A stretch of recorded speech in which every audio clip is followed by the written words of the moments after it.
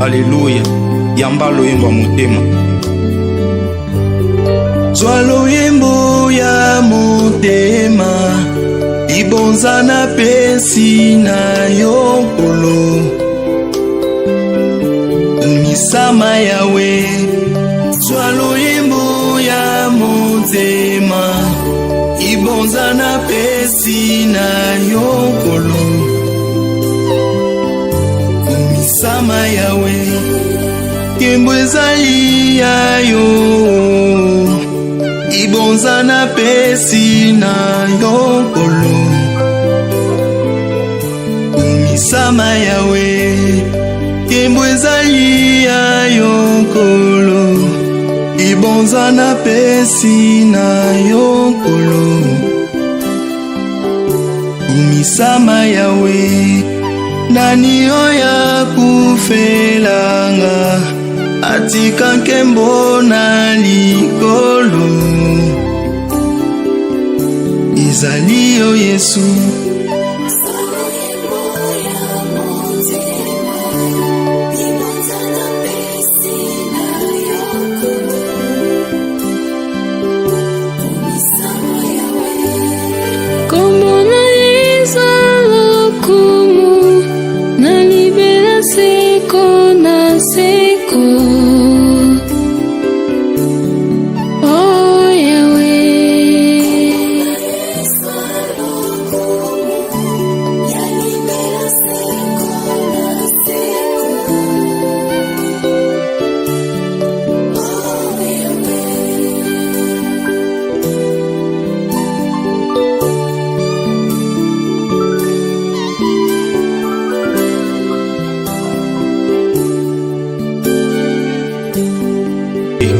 Alléluia.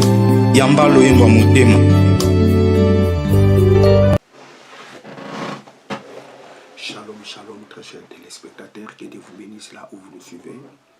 Bien, vous êtes dans CGC TV, croissez dans la grâce et dans la connaissance télévision avec les pasteurs Jimmy et Sénomien, très chers téléspectateurs. Le thème de ma prédication aujourd'hui est intitulé « Les 4 dimensions de la mort de Jésus ». Bien,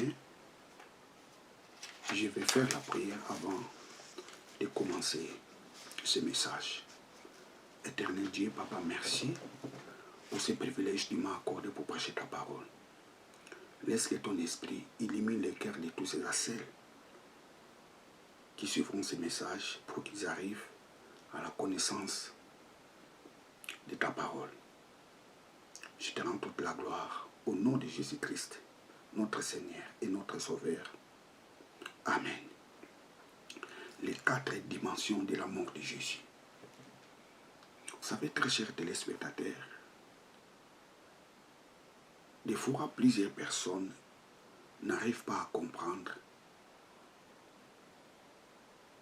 pourquoi Jésus-Christ était mort. Oui, si vous posez la question aux gens, certainement ils te diront, Jésus-Christ était mort pour nos péchés. C'est vrai. La réponse n'est pas mauvaise. Praise God. Mais il est important de comprendre vraiment l'impact de la mort de Jésus dans notre vie. Pourquoi il était mort? Pourquoi Dieu a envoyé Jésus-Christ de venir mourir pour nos péchés? Pourquoi? Quel est le bénéfice de la mort de Jésus dans notre vie? Vous savez, avant, l'homme avait de très bonnes relations avec Dieu. Mais cette relation s'est brisée le jour où l'homme a désobéi au commandement de Dieu. Quel était le commandement de Dieu? Dieu a dit à l'homme, tu ne mangeras pas l'arbre des connaissances du bien et du mal. Mais l'homme a désobéi à cet ordre. Et c'est par là où la relation s'est brisée entre l'homme et Dieu. Vous savez, plusieurs personnes des fois se disent, c'est quoi l'arbre de connaissance des biens et du mal? C'est quoi l'arbre de vie? Ce que vous devez savoir, dans le livre de Genèse,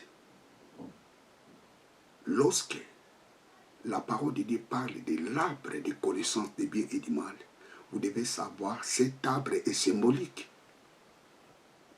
Même les jardins d'Éden, dans les jardins d'Éden, Dieu a dit à l'homme, tu pourras manger tous les fruits des arbres qui sont dans les jardins, mais sauf l'arbre qui est au milieu du jardin. Parce que dans les jardins d'Éden, au milieu du jardin, il y avait des arbres. L'arbre de vie et l'arbre de connaissance des biens et du mal. Dieu n'avait pas interdit à l'homme de manger l'arbre de vie. Mais il avait interdit tout simplement à l'homme de manger l'arbre de connaissance des biens et du mal. Les deux arbres-là sont symboliques. Et ce que vous devez savoir, l'arbre de vie et l'arbre de connaissance des biens et du mal n'avaient pas un seul fruit, comme plusieurs personnes prétendent de le dire. Non. L'arbre de connaissance des biens et du mal avait plusieurs fruits. Et cet arbre-là est symbolique. Lisons Genèse, chapitre 2, versets 16 à 17. Et l'Éternel Dieu commanda à l'homme, disant, tu mangeras librement tous les arbres du jardin, mais de l'arbre de connaissance des biens et du mal, tu n'en mangeras pas, car au jour où tu mangeras, tu mourras certainement. Tu pourras manger tous les arbres qui sont dans les jardins. Mais tu ne mangeras pas les fruits de l'arbre des connaissances des biens et du mal.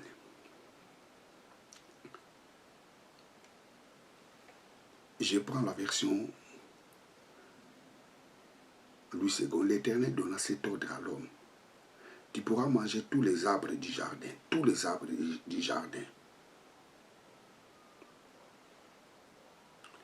Mais tu ne mangeras pas l'arbre de connaissance des biens et du mal. Mais tu ne mangeras pas l'arbre de connaissance des biens et du mal, c'est-à-dire les fruits. Tu ne mangeras pas les fruits de l'arbre de connaissance des biens et du mal. Tu pourras manger tous les arbres du jardin. Mais tu ne mangeras pas les arbres. Tu ne mangeras pas les fruits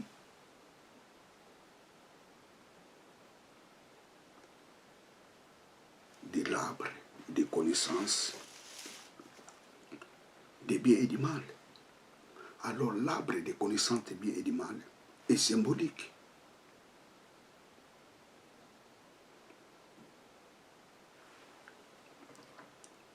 L'arbre de connaissance des biens et du mal, ça symbolise tout simplement les informations, la connaissance des biens et du mal. Et la connaissance des biens et du mal était symbolisée comme un arbre.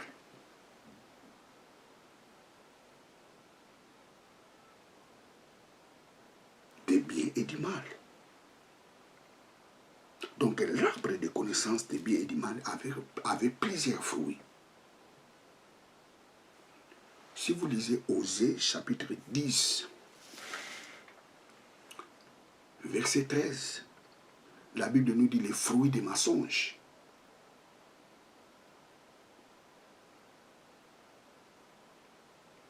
Donc les mensonges est l'un des fruits de l'arbre de connaissance du bien et du mal. L'escroquerie est l'un des fruits de l'arbre de connaissance du bien et du mal. L'échec est l'un des fruits de l'arbre de connaissance du bien et du mal. L'orgueil est l'un des fruits de l'arbre de connaissance du bien et du mal. La peur, la condamnation, les inquiétudes, toutes ces choses-là sont les fruits de l'arbre de connaissance du bien et du mal. La victimisation est l'un des fruits de l'arbre de connaissance du bien et du mal. Tu pourras manger tous les arbres du jardin. Tu pourras manger tous les fruits des arbres qui sont dans les jardins, mais tu n'en mangeras pas les fruits de l'arbre des connaissances des bien et du mal.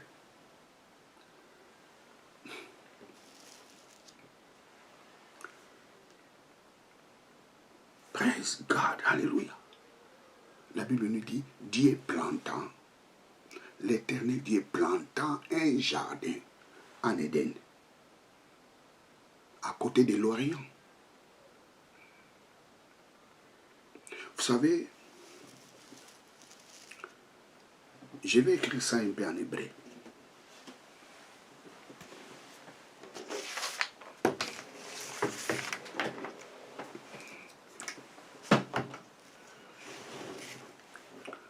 Je vais écrire ça en hébreu.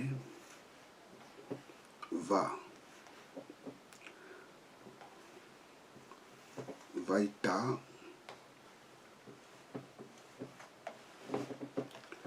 Adonai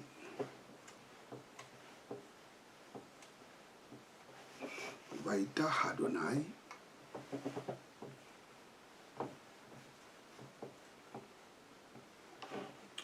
Elohim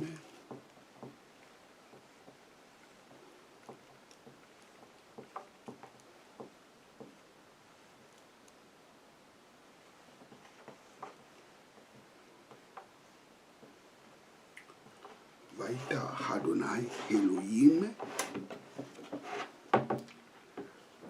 Gan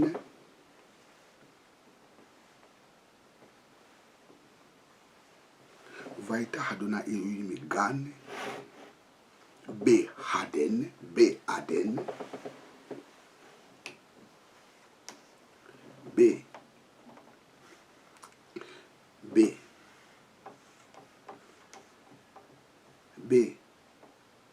Eden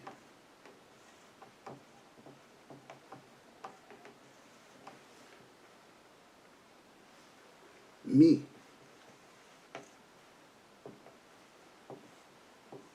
Mike Dem Mikedem.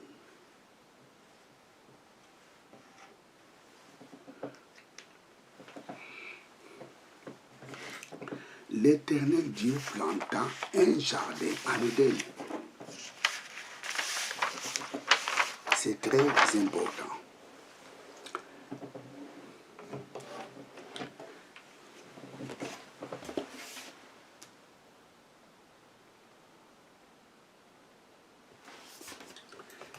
L'Éternel Dieu plantant les jardins en Éden.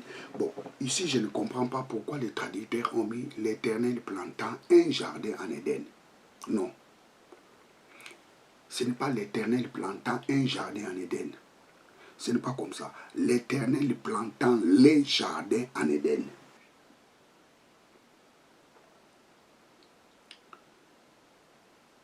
L'Éternel plantant les jardins en Éden.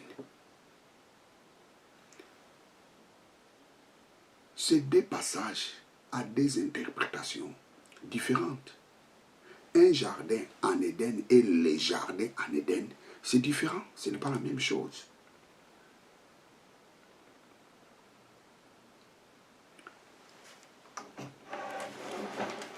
Voyez, ta Adonai Elohim Beheden, il plantant les jardins dans là où étaient les résidences. Donc s'il faut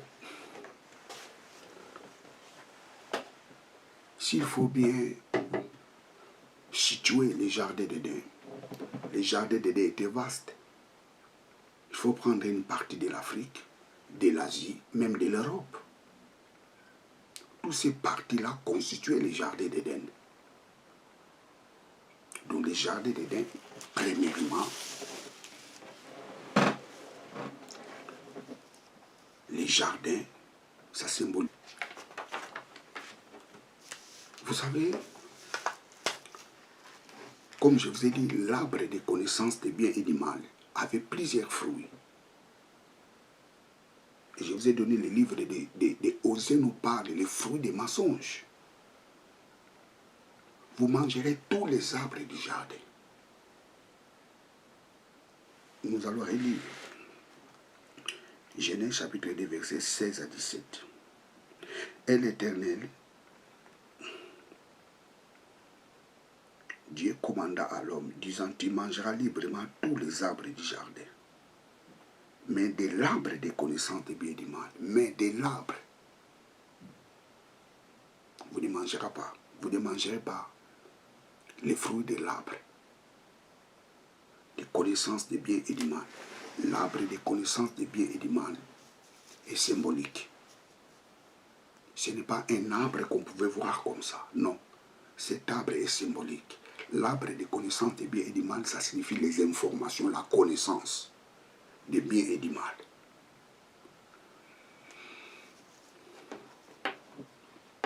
Et la Bible nous dit, les serpents étaient venus séduire l'homme. Vous savez, très chers téléspectateurs, Adam et Ève avaient les informations suffisantes sur l'arbre des connaissances des biens et du mal. Adam et Ève savaient cela. Ils avaient la connaissance de cet arbre. Mais ils ignoraient la conséquence que cet arbre peut produire dans leur vie en désobéissant à la parole de Dieu. Ils ne savaient pas cela.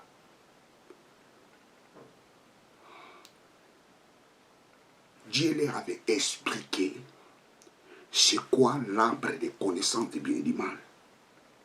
C'est-à-dire Adam et Ève avaient des informations sur les biens et les mal.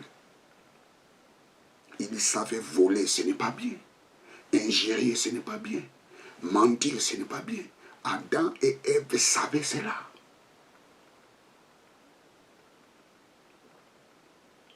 Dieu leur dit, hey, vous ne mangerez pas l'arbre des connaissances des biens et du mal. Ça signifie vous ne ferez pas le mal.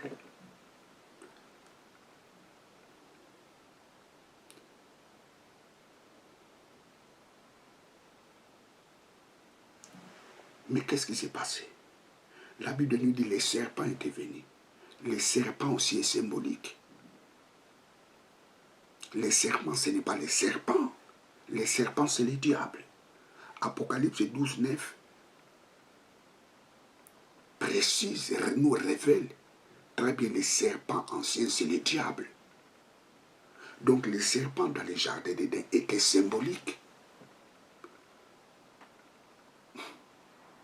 Donc si les serpents étaient symboliques, l'arbre des connaissances des biens et du mal était aussi symbolique.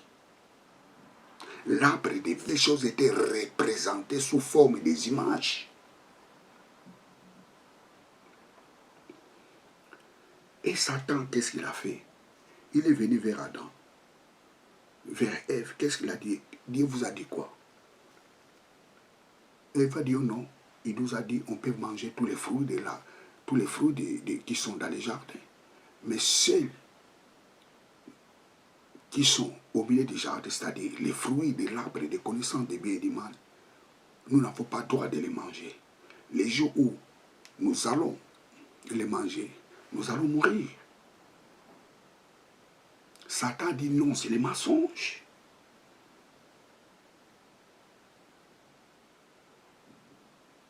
C'est le mensonge. Les jours où vous allez manger cela, vous allez devenir comme lui.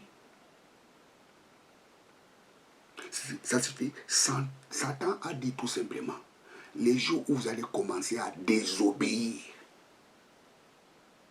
à ce que Dieu vous a dit, vous allez devenir comme lui.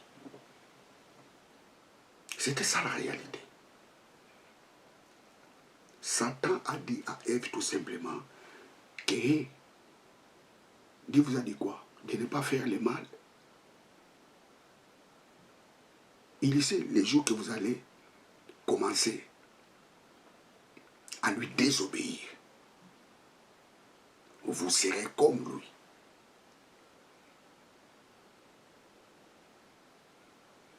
Et que nous dit la Bible? Ève a vu que l'arbre était bon à manger. Ça signifie Ève était contente, était d'accord à ce que le serpent lui avait dit, le diable. Et il a mangé les fruits. Manger les fruits, ce n'est pas il a mangé, il a accepté. Ève n'avait pas mangé les fruits comme des pommes, non. Il a accepté.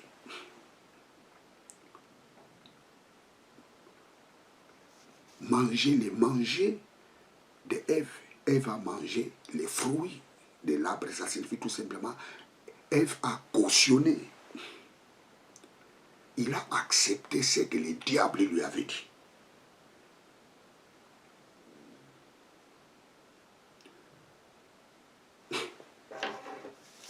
Lisons Osée 10, 13.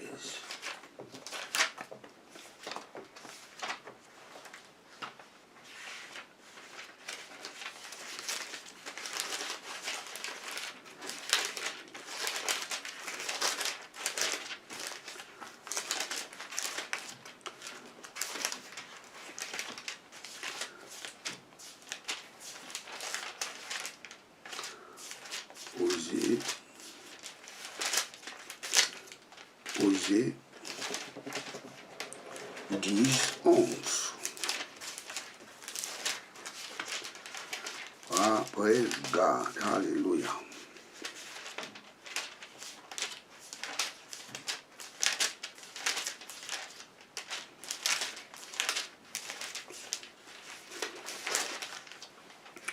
Osée 10, 11.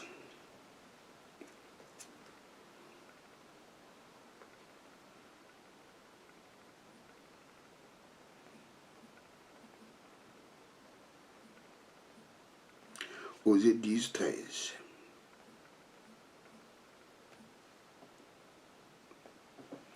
Vous avez cultivé le mal, moissonné l'iniquité, mangé les fruits des mensonges.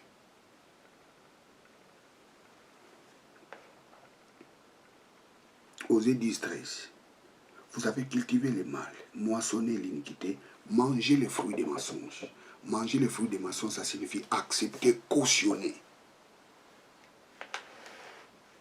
Donc le fruit que Adam et Ève avaient mangé, ce n'était pas un fruit normal.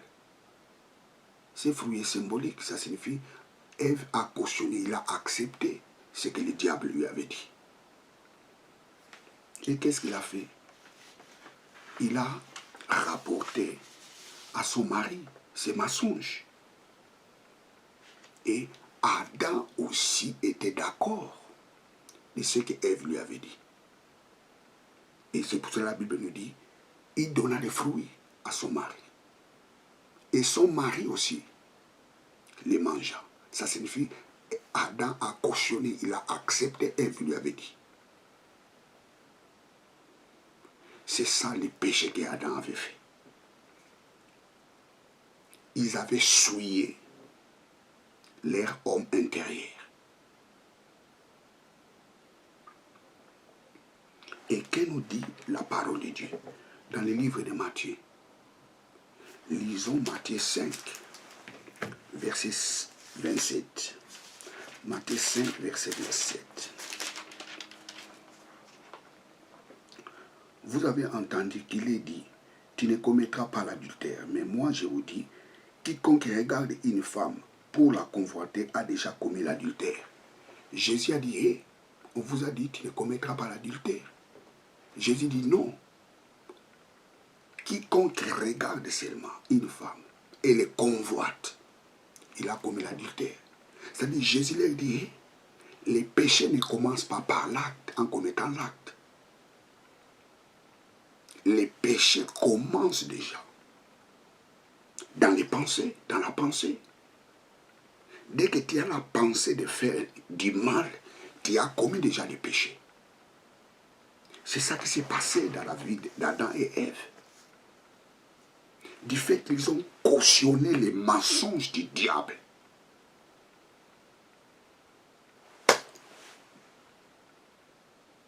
Ils avaient déjà commis les péchés. Ils avaient déjà désobéi à l'ordre de Dieu.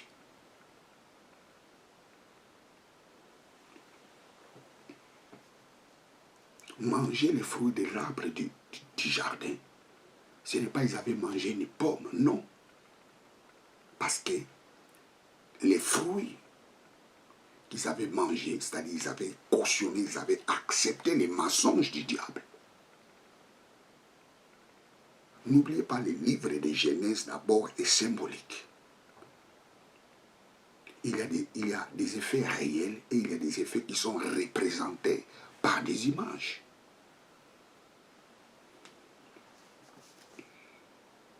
Du fait qu'ils ont cautionné les maçons du diable, ils avaient souillé leurs pensées. Ils avaient souillé leur homme intérieur. Les péchés ne commencent pas en commettant l'acte. Les péchés commencent en méditant déjà ce que tu devrais faire.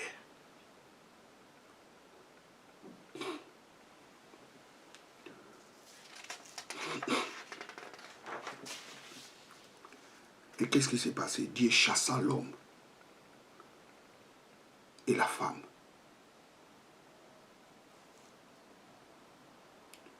Dans les jardins, mais écoutez, qu'est-ce qui s'est passé?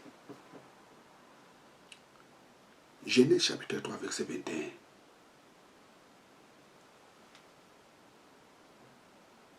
La Bible nous dit, Dieu fit à Adam et sa femme des habits de peau.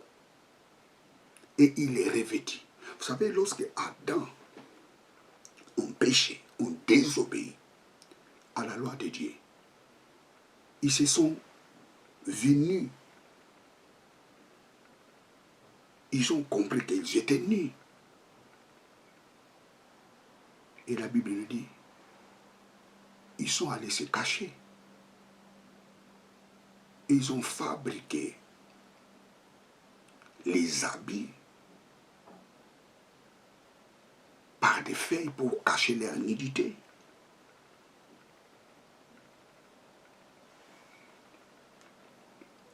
Et Dieu vient, il appelle Adam. Adam, où es-tu?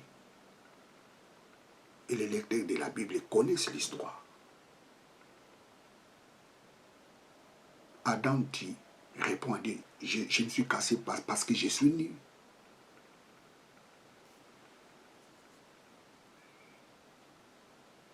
Dieu dit, est-ce que vous avez mangé l'arbre que je vous ai interdit? C'est la femme que tu m'avais donnée. Regardez le langage d'Adam change. Adam, quand il était né devant la présence de Dieu, il n'avait pas honte.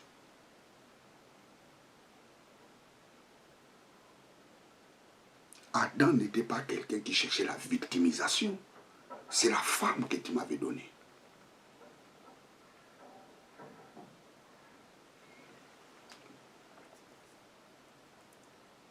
Dieu l'air revêtu les habits de la peau. C'est par ici commence la rédemption dans sa forme embryonnaire. Ça, c'est le début de la rédemption. Dieu tue l'animal et à travers la peau d'animal, Dieu couvre leur nudité. Vous savez, même dans les péchés, Dieu vient toujours vers l'homme, même dans les péchés. Et toi qui me regardes, je te dis, même dans les péchés, Dieu a besoin de toi. Dieu est venu chercher l'homme dans les péchés.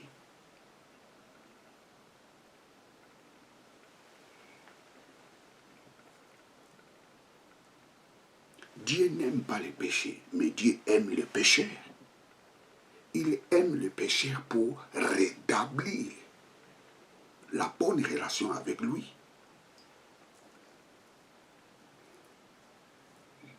Mais regardez ce qui s'est passé. Genèse 3, verset 22. Dieu dit, hey, voici l'homme est devenu comme l'un de nous.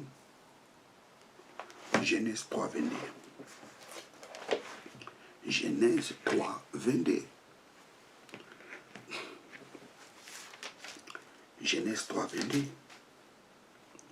L'Éternel dit, voici l'homme est devenu comme l'un de nous, pour connaître les biens et les mal. Voici l'homme est devenu comme l'un de nous.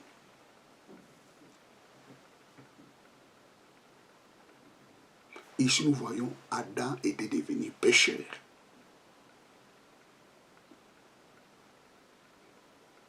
Et Dieu dit, regardez, Adam est devenu pécheur comme l'un de nous.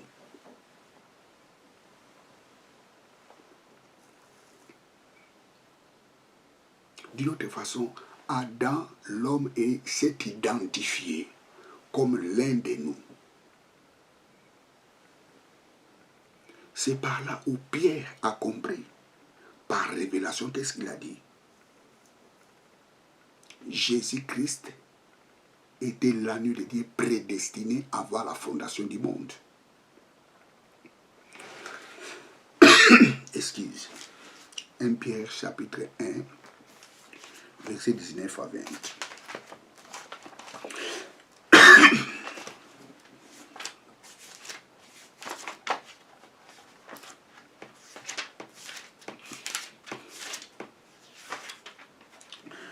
Pierre 1, 19 à 20.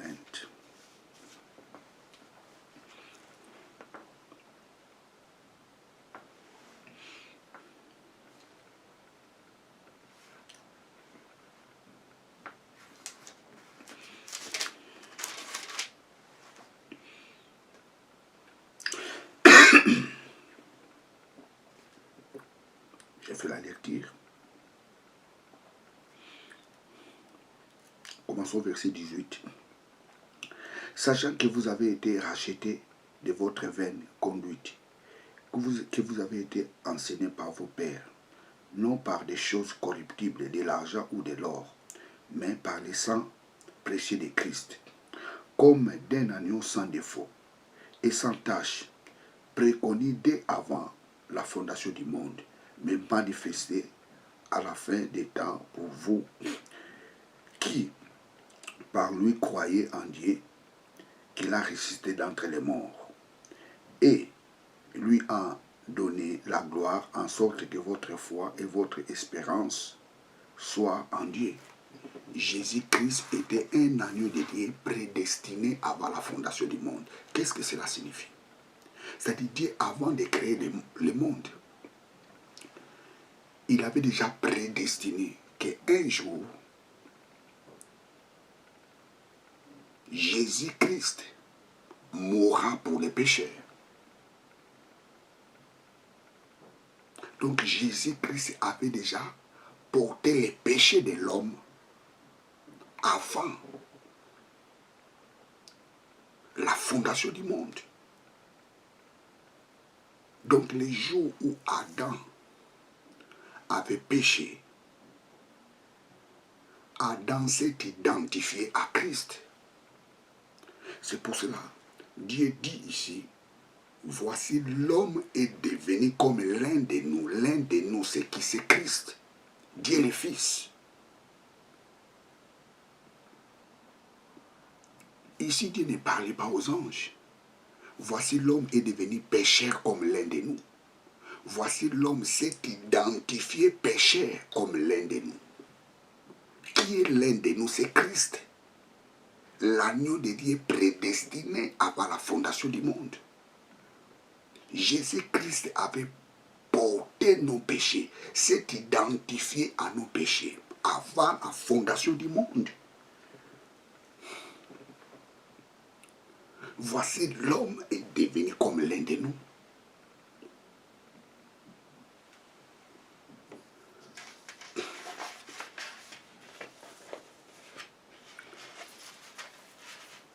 Praise God, hallelujah.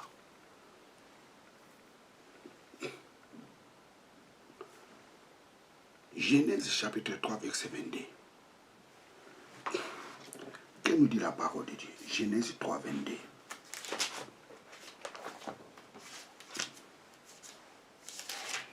Genèse 3, 22. L'Éternel dit, voici l'homme est devenu comme l'un de nous, pour connaître le bien et le mal. Maintenant, afin qu'il n'avance pas sa main et ne prenne aussi pas l'arbre de vie et à manger, et ne vive toujours. Et l'Éternel Dieu mis hors du jardin pour labourer le sol. Ici, nous sommes au verset 23. Dieu a mis Adam et Ève hors du jardin. D'abord, parlons un peu de l'arbre de vie. L'arbre de vie, c'est quoi?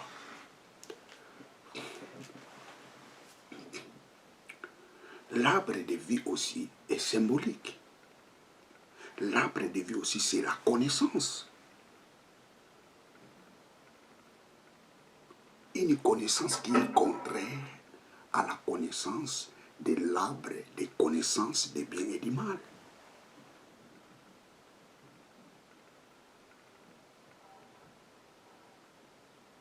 Je reprends, l'arbre de vie est symbolique.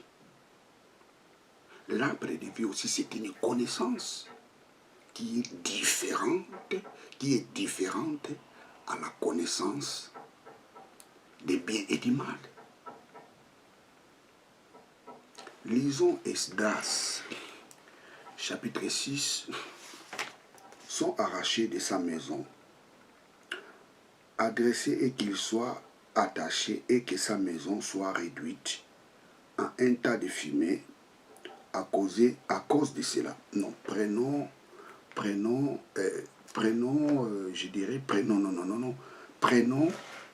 je reviendrai pour Esdras. Prenons Proverbe 13. Proverbe 13, 12. Proverbe 13, 12. Proverbe 13, 12. Nous allons lire aussi le verset 18. L'atteinte différente rend le cœur malade, mais les désirs qui arrivent à un arbre de vie. L'atteinte différée rend le cœur malade, mais les désirs qui arrivent est un arbre de vie. Est un arbre de vie. Prenons le verset 18. La pauvreté sera honorée. Prenons, non, le verset, non, Proverbe, prenons Proverbe 11, verset 30. Proverbe 11, verset 30. Proverbe 11, verset 30. Le fruit du juste est un arbre de vie, et les sages gagnent les âmes. Le fruit du juste est un arbre de vie. Nous voyons la justice est l'un des fruits de l'arbre de vie. Prenons Apocalypse 22. Apocalypse 22. Apocalypse 22 nous parle aussi des choses ici. Apocalypse l'Apocalypse 22 nous parle de la guérison et aussi un arbre de vie.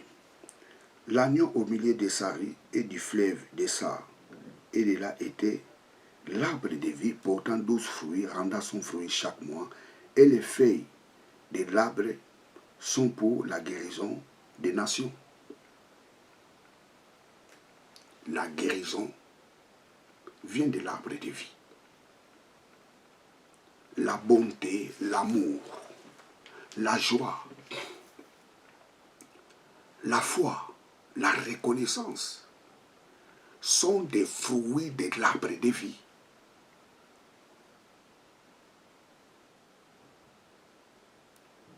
Les mensonges, l'hypocrisie,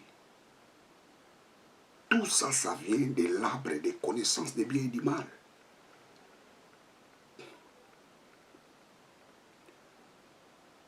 La bonne santé, c'est le fruit de l'arbre de vie. La vie éternelle, c'est le fruit de l'arbre de vie. La sagesse, la vraie sagesse, ce n'est pas la ruse.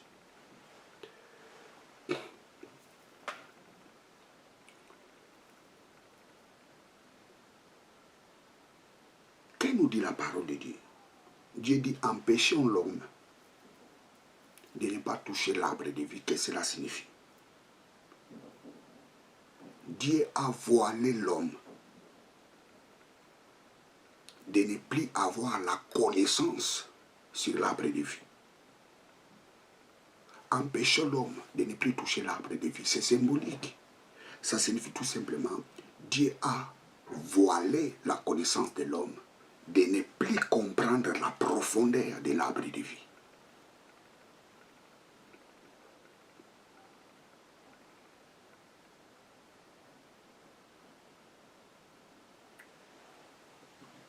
Si vous lisez les livres d'Ésaïe,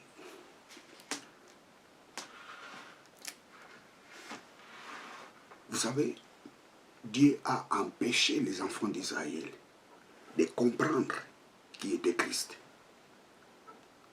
Parce que Christ était le porteur de l'arbre de vie.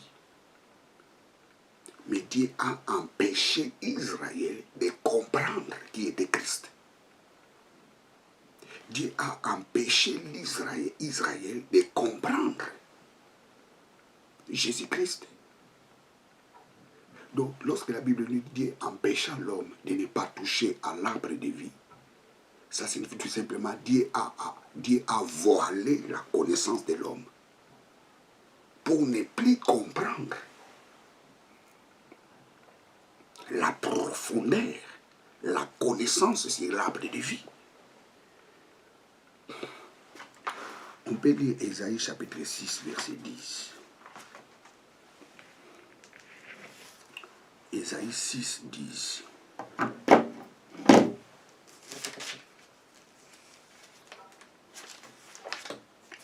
Ésaïe 6, 10.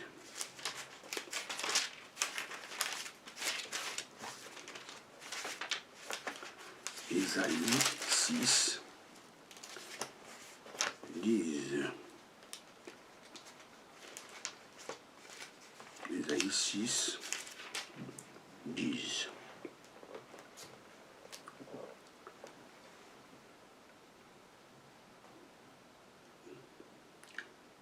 Ésaïe 6, 10. Je commence au verset 5.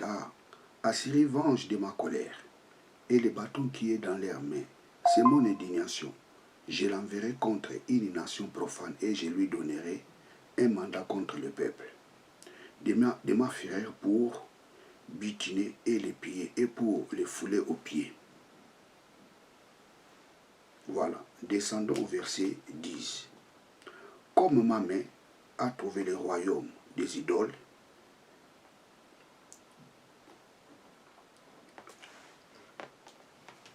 Ésaïe chapitre 6. Ésaïe chapitre 6, verset 10.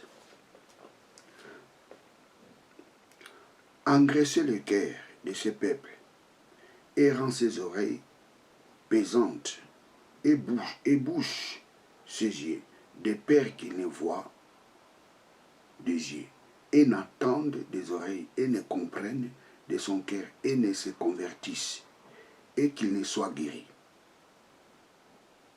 Je relis. Connaître pas,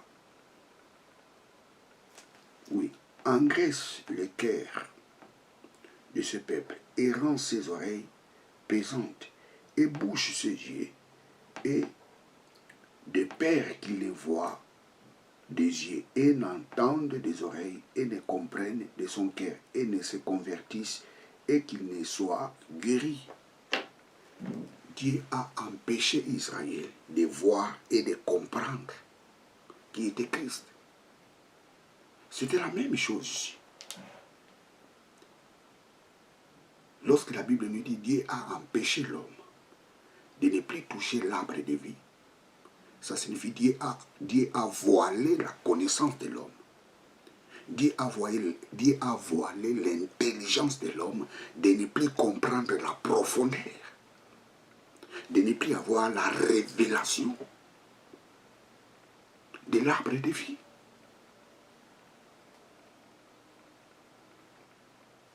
Et c'est par là où l'idolâtrie avait commencé.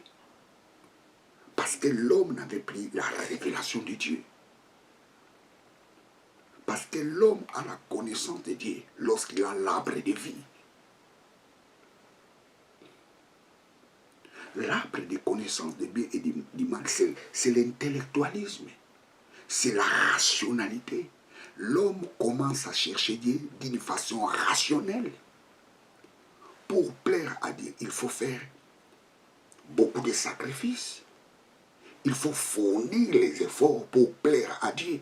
Ça, c'est l'arbre de connaissance de bien et du mal. Mais l'arbre de vie, je n'ai pas besoin de fournir les efforts pour plaire à Dieu. Dès que j'accepte Jésus-Christ comme Seigneur et Sauveur, je plais déjà Dieu.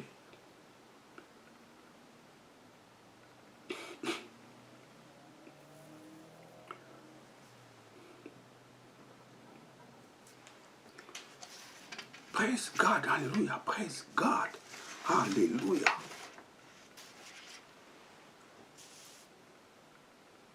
Empêchons l'homme de ne plus toucher dans l'arbre de vie. Ça signifie tout simplement Dieu a voilé l'intelligence de l'homme de ne pas comprendre la profondeur ou de ne plus comprendre la connaissance sur l'arbre de vie. Parce que l'arbre de vie et l'arbre de connaissance des bien et du mal sont des concepts. C'est comme le bien et le mal.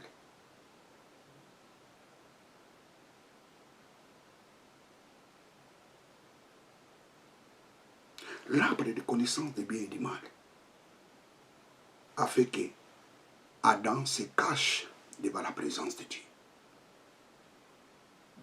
Parce qu'il s'est senti condamné. Ça, c'est l'arbre de connaissance des biens et du mal.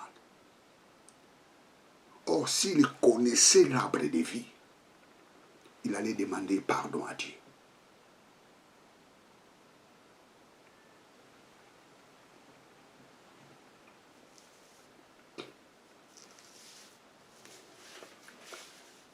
Le péché d'Adam et Ève nous a séparés avec Dieu.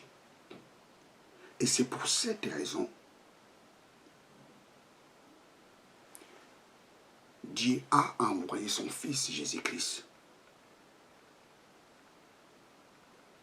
pour venir mourir à la place des pécheurs, pour rétablir la relation entre l'homme et lui, c'est-à-dire Dieu. Bien, très chers téléspectateurs, prochainement, je parlerai en profondeur sur pourquoi